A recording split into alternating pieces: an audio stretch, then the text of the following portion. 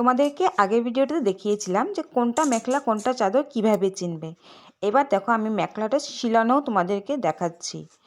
তো নমস্কার বন্ধুরা, আমি পায়েল চলে এসেছি তোমাদের সাথে এই মেখলা শিলানোর ভিডিওটা নিয়ে। দেখো এবার আমি মেখলাটা কেটে নিয়েছি। কেটে আমি কতটুকু কাপড় লাগাবো দেখে নাও। আমি এখানে যতটুকু কাজ আছে সেইটুকুনো কাপড় লাগাবো।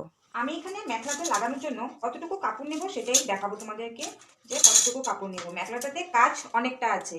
এবার এইটুকুনোতে সুতা বের হওয়ার কোনো চান্স নেই, তো এইটুকুনোতে সুতা বের হবে আর উপরটাতে লাগবে না। যত কাপড় দেবে ততটা ভারী হয়ে যায়। তো আমি এখান থেকে মেপে নিলাম, একটুকুনি নিচে রেখে এইটুকুনোতে মেপে নিলাম। আমার 22 পয়েন্ট কাপড় লাগবে, 22 পয়েন্ট কাপড় লাগবে। মানে 22 ডাবল করলে কত হবে? 44। আমার এখানে 44 কাপড় লাগবে। আর এটা হচ্ছে পাটের কাপড়, যেহেতু এটাতে আমি উপরে মেশিন সিলি দেবো না, হাত সিলি দেবো। নিচে মেশিন সিলি দেবো, উপরে হাত সিলি দেবো, যেহেতু এটা পাটের কাপড়। পাটের কাপড়টাতে মেশিন সিলি দিলে ফেটে যায়, কিছু বছর পর ফেটে যায়। তো এটা হাত সিলি দিলে কিছু হবে না, নষ্ট হবে না, ভালো থাকবে। ব্লাউজের নিচে যে দেওয়া হয় কাপড়টা, আমি এখানে ওই কাপড়টাই নিয়েছি। তো আমার কাছে 2 মিটার কাপড় ছিল, তার থেকে আমি 44 পয়েন্ট কাপড় বের করে নিয়েছি। আমার লাগবে 44। তাতে আমি সেটাকেও আমি দুভাগ করে, মানে 22 করে দুটো সাইডেই লাগাবো। তো আমরা আগে মেখলাটা সিলি করে নেব, তারপর এইটাকেও জয়েন করে মিডিলে তারপর লাগাবো। তোমরা আগে দেখতে থাকো আমি কিভাবে কাজটা করছি। এখন মেখলাটা সিলাবো। তো যে এই কাজটার সাথে এই কাজটার সাথে এইভাবে বসিয়ে মিলিয়ে নিব। অনেক সময় বেশি কাপড় থাকে, তার জন্য ওটা কেটে বের করে দিতে হয়।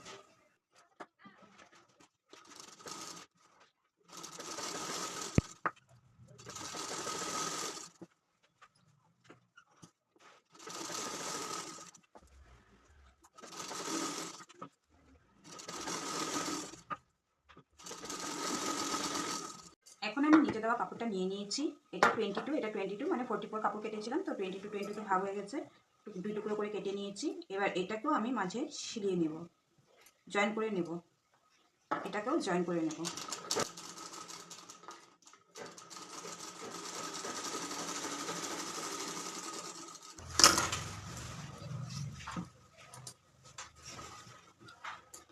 এটার দুই পাশে সমান আছে কিনা দেখে নিব। দেখে নিয়ে বেশি থাকলে কেটে নিব, না থাকলে এভাবেই সিলিয়ে নেব। এখন আমরা এই পাশে ধরে আর এই কাপড়টার এই পাশে ধরে শুধু এইটা দেখবো যে জয়েন্টটা যাতে ভিতরে পড়ে, জয়েন্টটা যেন ভিতরে পড়ে, এটা দেখে আমরা এইটাকে এখন এইভাবে সিলিয়ে নেব।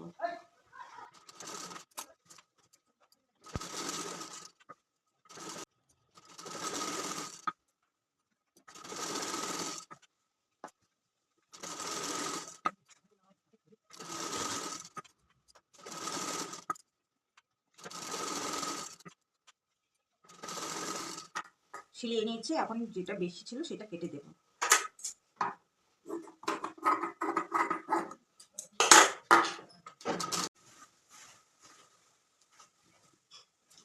এখন আমরা আবার আগের সেই জায়গাটা নিব, নিয়ে এইভাবে পাতবো।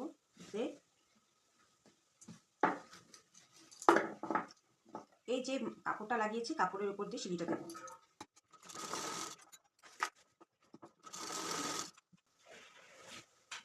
বারবার নিচে দেখতে হবে যে কাপড়টা আমাদের এই পাশে আছে কিনা। সবসময় কাপড়টা এই পাশে দিয়ে, যেন এই পাশে থাকে, দিয়ে তারপর এইভাবে করে সিঁড়িটা করবে, যাতে কাপড়টা এই পাশে থাকে আর তোমাদের সিঁড়িটা সোজা হয়।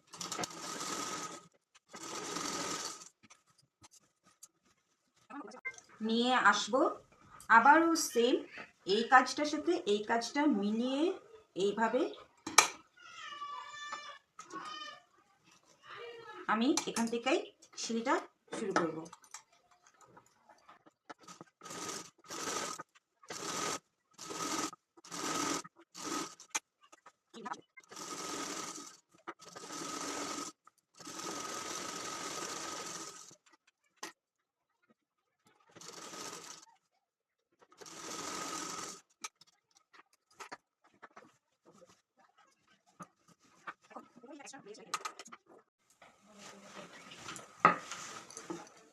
এখন আমি কোমরের সাইডটাকে সিলি করে নেব।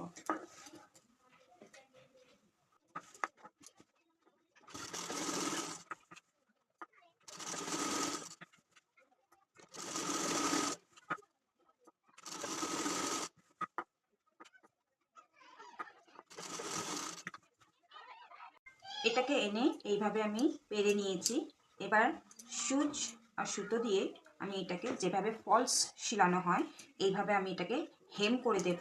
কেননা কি এটা পাটের, তাতে গুনার কাজ করা আছে, তার জন্য এই কাজটা করব।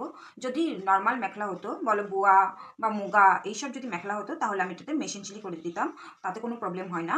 কিন্তু এই কাজটা পাটের মেখলায় যদি আমি এখন মেশিন সেলাই করে দিই তো কিছু বছর পর এটা ফেটে যাওয়ার চান্স থাকে। তো তার জন্য এটাকে এখন আমি হেম করে দেব।